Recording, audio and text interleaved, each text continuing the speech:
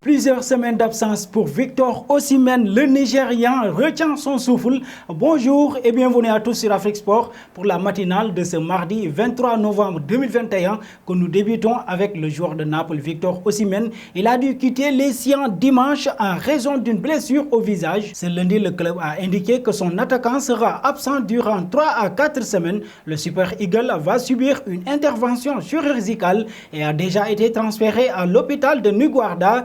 Cette blessure pourrait être un coup dur pour le Nigeria qui participera à la phase finale de la Coupe d'Afrique des Nations à partir de janvier au Cameroun. Le staff des Super Eagles va suivre avec attention l'évolution de la santé de l'une de ses armes offensives. Passons au FIFA The Best. Mohamed Salah est le seul Africain en lice dans le cadre du trophée The Best de l'année 2021. Les noms des finalistes ont été dévoilés ce lundi en course pour le Ballon d'Or. Mohamed Salah fait partie également des finalistes du trophée The Best 2021. L'attaquant de Liverpool est d'ailleurs le seul Africain dans cette liste des 10 joueurs en course. L'Égyptien sera en concurrence avec d'autres grands noms du football. Il s'agit de Cristiano Ronaldo, Messi, Neymar, Lewandowski, Mbappé sont également nommés. Début janvier 2022, la FIFA annoncera les 3 finalistes. Un saut en Espagne depuis la nomination de Xavi au poste d'entraîneur du FC Barcelone.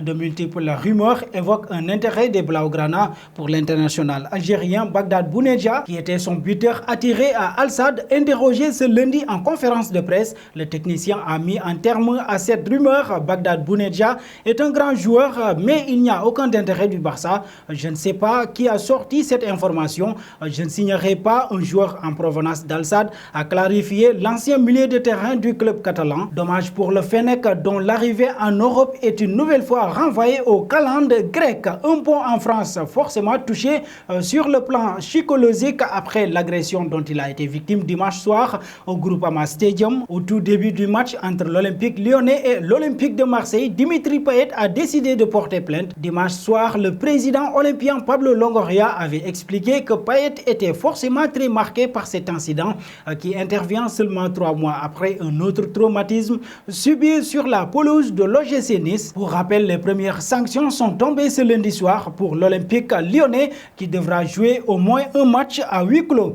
Parlons de l'avenir de Zinedine Zidane, désormais en quête de nouvel entraîneur suite au licenciement d'Ole Gunnar Solskjaer. Manchester United s'intéresserait à Zinedine Zidane. Néanmoins, le technicien tricolore souhaite privilégier la piste l'envoyant au Paris Saint-Germain, une tendance qui semble se confirmer au fil du temps. Sur son compte Twitter, le journaliste italien Rudy Galletti affirme que Zidane voudrait poursuivre les discussions avec le PSG pour son avenir. L'ancien du Real Madrid serait donc bel et bien un réel prétendant au poste d'entraîneur au sein du club de la capitale. En cas de départ de Mauricio Pochettino, reste à voir ce que fera le technicien argentin, lui qui est régulièrement lié à Manchester United pour prendre la succession d'Ole Gunnar Solskjaer. Affaire à suivre.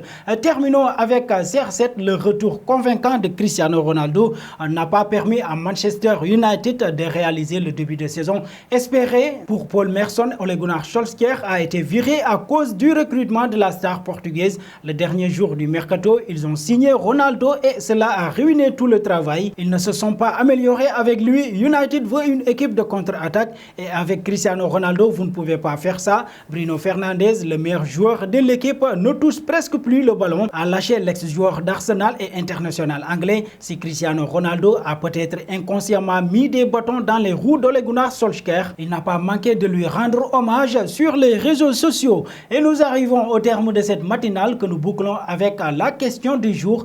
Combien de ballons a touché Cristiano Ronaldo lors de son premier match avec Manchester cette saison? Vos réponses seront attendues en commentaire. Merci et très bonne journée à tous.